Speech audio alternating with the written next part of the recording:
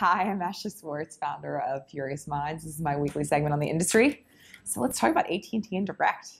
We covered the Comcast Time Warner deal a few weeks ago when it first was announced. I sort of wanted to peel back the onion as to what the real motivation of the deal was, other than just sort of size, right? And I mean, look, the overall trend, and I suggested this when I did the first report, is we're talking about going back to the pendulum swinging to sort of the Mon-Bell era, right? Where we've got an oligopolistic market that is very, very quickly potentially becoming a duopolistic market. And that's scary. And it means the only person who's going to lose, honestly, is the consumer, especially when you look at the fact that the Comcast Time Warner deal, those two are the worst performing as far as consumer performance ratings in regards to customer service. And at the end of the day, these guys are just going to get bigger, which means their service performance is probably going to diminish. So, you know, what's this mean for the marketplace? So just to take some numbers really directly, the Comcast Time Warner deal is about a $45 million deal, and combined total, we're talking about 34 million subs once they consolidate their footprints. So that's the fourth largest and the first largest operator in the U.S. when you look at that combination. The AT&T Direct deal is the second and sixth largest operators in the U.S., and the sort of deal for stock, a cash combination, is about $48.5 million. But when you take on the debt and you add that DirecTV carries right now on its balance sheet and AT&T incurs that, it's about a $67 billion deal in total for a combined footprint of 25.5 million subs, which is pretty substantial. So, you know, what's the motivation, right? Well, obviously AT&T and Uverse has sort of had a difficult time deploying infrastructure. It's very capital intensive, et cetera. They have a small footprint.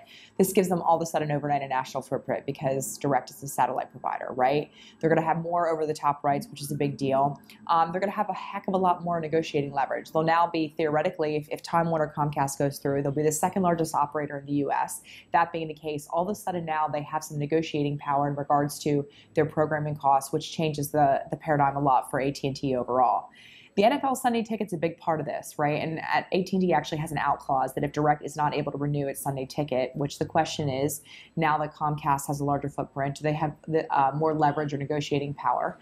What is Verizon going to do, right? So they have an out clause, and it's thought that one of the primary motivations for AT&T is this NFL content access. But this is absolutely a play about, you know, sort of top of mind share is content programming and an ability and leverage to negotiate.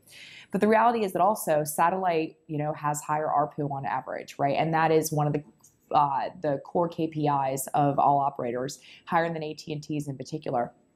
And we think that is a big motivation for AT&T's board and for their shareholders. The commitments by AT&T to get approval by federal regulatory commissions is pretty interesting, right? They've committed that they're going to extend within 4 years of the merger going through an additional 15 million commercial and residential footprint for broadband access. They're going to minimally guarantee, where feasible, it's an interesting sort of nebulous disclaimer, right? A minimum of 6 megabits throughput for their entire broadband footprint. And then they are also going to ensure that current DirecTV subscribers have continued service under the independent autonomous DirecTV brand for 3 years at the same price they're paying today. And additionally, they have guaranteed that they will adhere to the 2010 net neutrality best practices, which the FCC recently overturned and are sort of up for debate, right? So all good faith gestures, et cetera, but a lot of disclaimers and a lot of gray matter there. So what's the real reason? Well, I honestly don't think the programming leverage and the pricing and that stuff is a big part of it, right? I think wireless is actually a big motivation here. Because if you look at what's so interesting, what does the AT&T Direct deal consist of? If you look at sort of the bundling and the packaging, right, which is obviously a big part of this, satellite, also now you can bring wireless, home security for AT&T, et cetera. What does this AT&T Direct deal have that sort of Comcast and Time Warner lacks? And that's wireless. So if you think about the opportunity using Direct's negotiating power to get a national over-the-top rights and deploy a TV everywhere authenticated platform, right? And AT&T dropped its all-you-can-eat data plan in 2012. For me, that's a great incremental lift in revenue, right? If you start to actually drive data consumption on your network on a highly, highly profitable product, like, you know, throughput on wireless networks, that is an incredible profit center to actually drive collective ARPU holistically across the entire sort of subscriber base for wireless, as well as then cable and satellite for what will, you know, soon be the AT&T DirecTV combined company. The other big sort of sleeping giant here is Latin America, right? That was kind of a footnote in all the articles I saw. I think that's really important. Right now, I believe DirecTV has 18 million subscribers in multiple markets in Latin America, right? And we can't overlook the value of developing economies because their growth rates are 3-5x multiples of that of the US, right? There's incredible runway there. Right now, Latin America overall has about 42.9% of the population has access to broadband. And if we look at sort of 2010, 2011 as a reference point for growth rates, Latin America overall increased year over year 15% in broadband penetration, right? If we look at that math, same time period for the US, that's a 3.5 times fast growth rate. If you play that out, that suggests that by 2018, if you look at the total population of Latin America being 592 million, by 2018, Latin America is going to have a broadband penetration rate in that of the US.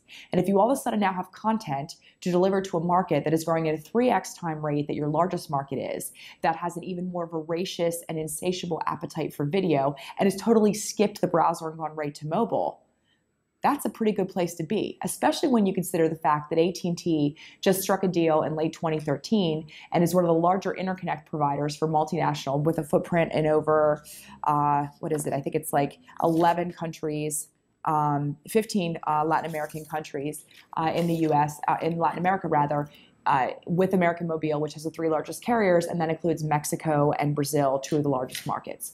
So for me, this is a developing market play. This is actually finding a hockey stick of growth because I'm not sure that it exists in telecom, in media, in television, in the US. I'm not sure that hockey stick exists anywhere, right? The economics of IP distributed content are not the same as legacy infrastructure. That's one of the big problems. There's fixed costs in all this infrastructure. All of a sudden now we have this opportunity in growing markets like Latin America where the browser is being leapfrogged, it is all mobile, and if you have a footprint and you're actually driving the infrastructure and you forward migrate in the value chain into the consumer business, you're basically rinsing and repeating and replicating the models that have worked in developed economies like the US for AT&T and why they are and they have the stronghold, why they are who they are and they have the stronghold they do today. So that's my take. I'd love to hear yours. I think it's exciting and I will watch it. And I'm very happy to say that I subscribe to none of these individuals' cable services. So hopefully I'll be safe with my other small provider. Thanks. Have a great day.